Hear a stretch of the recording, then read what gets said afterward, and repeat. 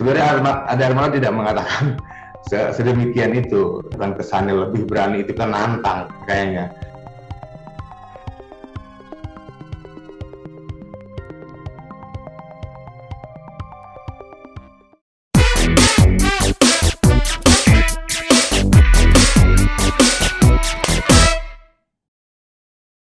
Halo Sobat Medcom, ketemu lagi di Newsmaker, medcom.id, obrolan hangat one-on-one bersama saya, Alfa Mandalika.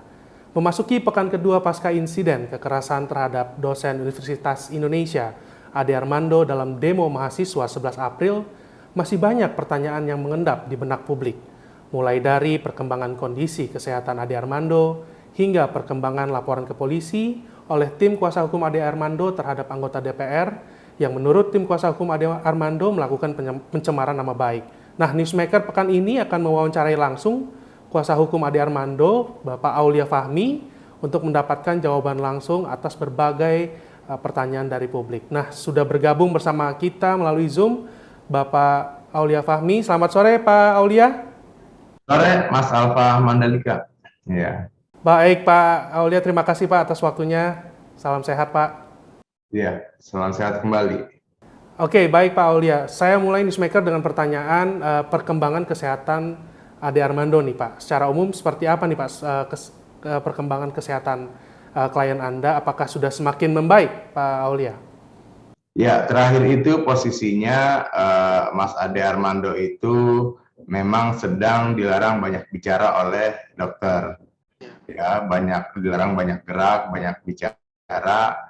Akhirnya kita banyak komunikasi itu memang akhirnya sama pihak istrinya yang 24 jam menunggu, karena akibat efek dari ada pendarahan di otak ya, dan masih ada nyeri di daerah kandung kemih.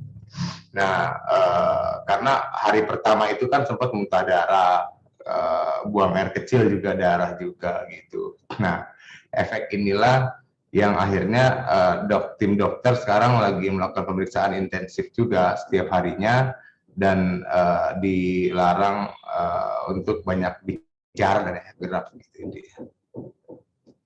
Oke, baik Pak. Tentang diagnosis pendarahan otak yang tadi sempat Pak Aulia sampaikan, apakah hal itu yang membuat klien Anda seperti yang Pak Aulia sampaikan di beberapa media, komunikasinya terbatas, hanya pakai bahasa isyarat begitu Pak Aulia ya? Ini kalau detail terkait ilmu kedokteran saya juga kurang paham ya. Yang pasti penunjuk dari dokter ya itu aja, supaya tidak banyak bicara dan tidak banyak bergerak dulu gitu untuk saat ini. Gitu. Oke, baik. Lalu tentang yang pendarahan di kandung kemih, Pak, apakah sudah ada laporan dari dokter lanjutannya, Pak, tentang kondisi kandung kemih itu? Kalau itu untuk itu kan kita tahunya juga karena memang pada saat buang air kecil itu ada bercak darah waktu itu. Tapi sih untuk saat ini sih alhamdulillah sudah tidak ada gitu. Cuman memang masih ada mungkin nyeri-nyeri fisik tuh mungkin ada yang dirasakan sama Mas Ade gitu. Tapi efeknya tuh udah ini sih. Mulai membaik ya Pak ya. Oke, baik Pak Aulia. Nah, sempat diberitakan juga bahwa saat setibanya di rumah sakit, Mas Ade Armando sempat juga muntah darah nih Pak Aulia. Nah, itu hanya terjadi sekali atau seperti apa Pak Aulia? Muntah darah itu kalau nggak salah terjadi 2 sampai 3 kali. Oke, sesaat tiba di rumah sakit seperti itu ya, Aulia? Dan sebelumnya juga, karena kan sebelum ke rumah sakit itu kan sempat ada di DPR, di tenda dokter. Iya. Pada saat dia diinjek-injek, kan sempat diamankan oleh kepolisian, dibawa ke dalam DPR, di situ diobati juga. Diobati. Nah, mulai dari situ sampai ke dokter tuh ada kurang lebih 2 sampai 3 kali. Oke, baik Pak Aulia. Jika boleh disampaikan Pak, perkiraan dokter, kira-kira butuh berapa lama nih Mas Ade Armando dirawat di rumah sakit sampai diperbolehkan pulang nih Pak? Ini juga mewakili keingintahuan publik bahwa tentang kondisi Ade Armando nih Pak, dan dari rumah sakit. Nah, kalau untuk berapa lama, kita sampai dengan saat ini sih belum pernah mendengar dari dokter wacana untuk kembali itu. Yang kita tahu informasi terus dari keluarga, pihak keluarga, ya masih diperiksa intens aja setiap harinya gitu. Karena kaitannya kan dengan pendarahan otak ya sensitif banget itu bagian gitu. Ya, ya, ya. Informasi terakhir itu pokoknya sedang dilakukan monitor khusus saja. Oke, Pak Aulia, kita masuk mulai ke perkara hukum, Pak Aulia. Tim kuasa hukum Ade Armando juga melaporkan anggota DPR nih ke Polda Metro Jaya dengan laporan pencemaran nama baik klien Anda nih. Nah, namun menurut Mahkamah Kehormatan Dewan atau MKD DPR, berdasarkan Undang-Undang MD 3, anggota DPR memiliki hak imunitas nih dan tidak bisa diperkarakan secara hukum. Nah, apakah mungkin polisi menghentikan laporan Anda atas pertimbangan Undang-Undang MD 3 tadi, Pak? Atau seperti apa, Pak, pandangan hukum dari Anda, Pak? Ya, pandangan hukum kami menanggapi soal hak imunitas, saya kira begini, tidak serta-merta seorang punya hak imunitas lantas dia boleh melakukan pelanggaran hukum. Itu. Contoh, saya naik kendaraan, plat serinya nggak ada, kemudian diberhentiin polisi, saya bilang, saya punya hak imunitas, misal saya anggota dewan, itu dua hal yang berbeda. Nah, dalam konteks ini, konteks cuitan, kan gini, imunitas itu berkaitan dengan tugas dan kewenangannya. Sepanjang dia sedang menjalankan tugasnya, saya kira kita bisa memaklumi. Contoh, ketika dalam RDP di dalam ruang sidang, dia berdebat sedemikian rupa mempertahankan mempertahankan argumennya, saya kira itu masuk dalam domain hak imunitas gitu. Tapi ketika dia melakukan cuitan yang tidak ada hubungannya dengan tugas dan fungsinya sebagai anggota dewan, saya kira ini menjadi domain daripada hukum umum, hukum pidana gitu. Oke, baik. Jadi laporan ke polisi jalan terus ya, Pak Aulia ya? Oh, jalan. Kita ini juga sebagai contoh gitu kan. Beliau yang sekjen PAN yang punya jabatan jabatan tinggi lah ya dalam sebuah partai, memang jadi tolak ukur juga masyarakat gitu. Mungkin kalau itu yang mencuit ada orang biasa, kita mungkin atau akun bodong kita acuh aja karena sudah banyak juga. Tapi ketika yang bicara adalah sekjen PAN, saya kira masyarakat, publik juga harus mendapat pembelajaran bahwa tidak bisa kita main mengklaim orang sebagai pelaku penista agama gitu, sedangkan belum ada putusan pengadilan, sedangkan belum ada proses hukum gitu, yang kemudian akhirnya masyarakat menjadi terpengaruh, ya menjadi muncul rasa kebenciannya gitu. Oh ya Pak, soal laporan polisi ini sudah sepengetahuan Pak Ade Armando ya Pak ya? Sudah, kita sudah dapat kuasa. Oke, jadi Pak Armando bisa dibilang sudah menyetujui juga seperti itu ya Pak ya? Oke, baik Pak Auliana, selain tim kuasa hukum Ade Armando, ada juga pihak lain yang melaporkan ke polisi tentang pengancaman terkait Ade Armando. Salah seorang politisi di Indonesia melaporkan salah satu dosen PTN di Yogyakarta ke polisi.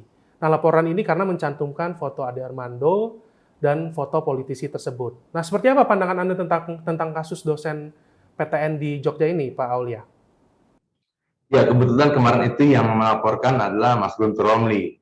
Kebetulan saya ikut mendampingi pada saat laporan. Jadi ada sebuah postingan di Facebook dari dosen UGM, yaitu postingannya berupa gambar foto. Ada beberapa foto, yang pertama foto Ade Armando disilang, kemudian ada foto Mas Guntur Romli, ada juga foto istrinya, Nong Darol. Nah, melihat komentarnya, captionnya, yang ada dua komen itu. Yang pertama, sembelih aja gitu, sembelih. Yang kemudian ada bedil aja gitu. Saya kira kalau dihubungkan dengan kontak fisik Ade Armando di lapangan, patut kita duga gitu bahwa ancaman fisik itu nyata. Itu yang pertama. Yang kedua, kita sebenarnya laporkan juga ada satu pasal lagi, yaitu pasal ujaran kebencian gitu. Nah, dengan dipampangnya foto, ada dicoret foto Ade Armando gitu kan, ada kalimat sembeli, bedil gitu, membawa orang supaya terpengaruh hatinya, tergerak hatinya supaya membenci kelompok-kelompok atau orang-orang yang memang mukanya tuh dipampang di postingan tersebut gitu. Nah, makanya dua hal ini yang menjadi tolak ukur kita bahwa ya mau nggak mau harus kita laporkan. Oke, baik Pak Aulia. Tentang penanganan hukum oleh aparat nih Pak, beberapa tersangka sudah diamankan oleh pihak kepolisian. Nah, bagaimana dengan pria berambut panjang yang mengambil celana klien Anda dan emak-emak di belakang klien Anda nih? Apakah sudah ada perkembangan di lapangan, Pak? Terakhir memang kita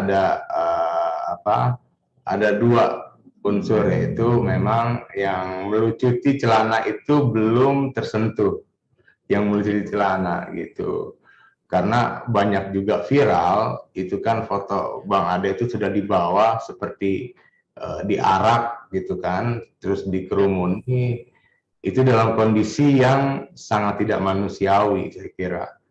Celananya udah tinggal, mohon maaf, tinggal celana dalam gitu kan, celananya dibuka. Nah, pastikan ada orang yang membuka, ada orang yang melucuti gitu. Nah, ini juga kita kemarin sempat minta kepada kepolisian supaya ya dengan dengan fasilitasnya yang canggih di cyber ya bisa menyentuh dan menangkap orang tersebut. Yang pertama. Yang kedua, dengan emak-emak ini yang awalnya pertama kali pada saat ada peristiwa Ade Armando itu kan awalnya mulai pada saat Ade Armando sedang diwawancara, videonya viral, kemudian ada ibu-ibu datang menghardik, mencerca dengan kata-kata buzzer, dengan kata-kata penista agama, kemudian orang berkerumun. Nah, pada saat ada ingin keluar dari kerumunan, tiba-tiba ada juga ibu-ibu yang sempat pegang tangannya gitu, menahan. Nah, saya kira ini harus diidentifikasi juga karena kita nggak bisa melihat pada saat kejadiannya, tapi yang mencetus terjadinya itu juga harus ditangkap saya kira supaya besok-besok masyarakat tidak seenaknya. Oke, baik Pak Aulia. Nah, Anda juga sempat mengatakan Pak bahwa ada kelompok radikal di balik pengeroyokan klien Anda nih, sebab para pelaku bukan dari kalangan mahasiswa. Nah, bisa digambarkan Pak analisis tentang kelompok radikal dalam peristiwa 11 April yang lalu, Pak Aulia? Ini kan dalam konteks analisa, kita menduga karena kita kan bisa melihat satu pelaku tidak ada satupun mahasiswa dalam konteks pengeroyokan Ade Armando. Pelaku itu yang kita lihat justru background-nya setelah kita analisa juga ada beberapa dari ormas yang memang sudah dilarang di Indonesia gitu. Ada juga yang background-nya adalah sebagai guru ngaji. Kemudian ada yang security, kemudian ada yang tertangkap di pesantren gitu. Nah, saya dari analisa kami menduga bahwasanya kelompok ini bukan bagian dari kelompok mahasiswa, tapi ada kelompok yang mendompleng gerakan murni mahasiswa, yaitu kelompok yang memang kita tegarai sebagai kelompok radikal. Oke, Pak Aulia. Nah, ketika klien Anda masih berjuang untuk pulih dan sehat kembali nih Pak, sempat juga muncul pertanyaan di publik mengungkit kasus lama di tahun 2016 nih Pak. Bisa dilihat beberapa beritanya di media, yaitu tentang pertanyaan apakah mungkin Ade Armando menjadi tersangka atas kasus sebelumnya. Nah, saya ingin mengklarifikasi Pak langsung ke Pak Aulia sebagai kuasa hukum Ade Armando. Saat ini klien Anda tidak terkait kasus apapun ya Pak? Seperti apa nih Pak penjelasannya kira-kira? Kalau kasus yang lama sendiri, kita juga tidak mengikuti lebih lanjut. Yang kita tahu saat itu memang sudah ada SP3, gitu kan. Kemudian memang sudah ada pra-peradilan, kemudian setelah itu sudah ada proses lagi dan kita tidak mengikuti gitu. Yang pasti gini, untuk menyatakan seorang sebagai penista agama, itu kan harus ada putusan hukum yang berkekuatan hukum tetap. Sepanjang belum ada putusan hukum yang berkekuatan hukum tetap, seorang harus dipandang secara bebas, tidak berhak dihakimi bahwa dia adalah seorang penista, gitu. Karena kan untuk menyatakan penista harus ada, nanti di pengadilan itu ada ahli pidana, ada ahli agama yang memang diuji di situ. Kemudian hakim itu harus menyimpulkan dari kesemuanya itu. Tapi kan proses ini semua belum ada. Jadi kita pandang siapapun yang menyatakan bahwa Ade Armando sebagai penista agama, ya bisa aja kita laporkan. Oke, baik Pak Aulia. Nah Pak Aulia, kalau Anda pernah ngobrol nih Pak dengan klien Anda, apa yang pernah Anda obrolkan dengan klien Anda nih Pak? Misalkan kalau ada beberapa rekan dekatnya, kepada rekan dekatnya Ade Armando menegaskan akan lebih berani menyuarakan prinsipnya setelah terjadi insiden seperti itu. Nah kalau kepada Pak Aulia, kira-kira apakah ada pembicaraan khusus nih Pak yang bisa Anda share di Newsmaker? Iya, kemarin juga sempat ramai itu. Baru beberapa hari peristiwa Ade Armando, kemudian muncul berita Ade Armando akan lebih berani. Sebenarnya Ade Armando tidak mengatakan sedemikian itu. Dia hanya menyatakan bahwa dia ini kan dia bicara ke saya ini kan seorang dosen, seorang intelek gitu, seorang yang punya idealisme terhadap NKRI yang sangat tinggi gitu. Ya, memang di satu sisi lain, Mas Ade ini kan senang berbicara, buat konten di sebuah media gitu. Nah, yang ia yakini sampai dengan saat ini bahwa ya dia tidak akan menyurutkan langkahnya untuk berbicara gitu, karena untuk menyampaikan idealismenya dia, gagasan pikiran dia yang ia yakini itu punya dasar yang kuat gitu. Yang pasti sebenarnya bahasanya bukan kesannya lebih berani, itu kan nantang kayaknya, tapi intinya dia tidak akan pernah berhenti untuk menyuarakan idealisme dia. Artinya bisa dibilang dengan kejadian seperti ini, Ade Armando tetap akan melakukan kegiatannya atau aktivitas seperti biasa gitu ya, sebelum dengan kejadian seperti ini juga gitu Pak ya? Dengan kejadian seperti ini juga gitu Pak ya? Ya seperti mengajar gitu ya. Oke, Pak Aulia, sebagai closing statement nih Pak, harapan Anda atau mungkin himbauan Anda kepada publik yang menaruh perhatian besar terhadap insiden ini Pak. Silakan Pak Aulia. Iya, dari kemarin itu kan bergulir cerita kejadian pengeroyokan Ade Armando itu didasari karena dia sering berbicara hal yang inilah yang ekstrim, yang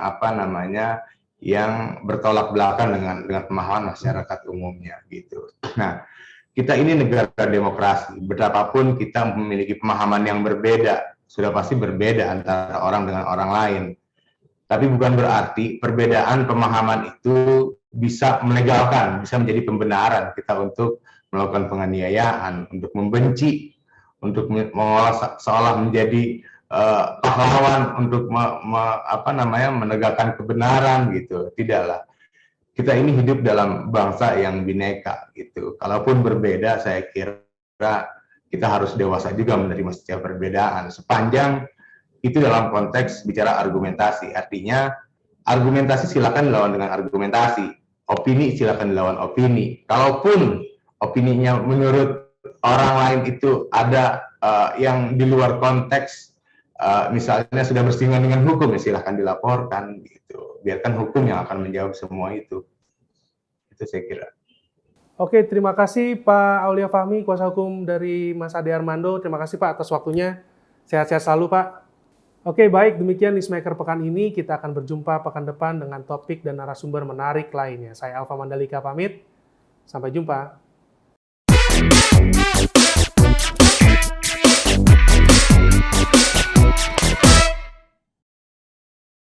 Medcom.id, a part of Media Group Network.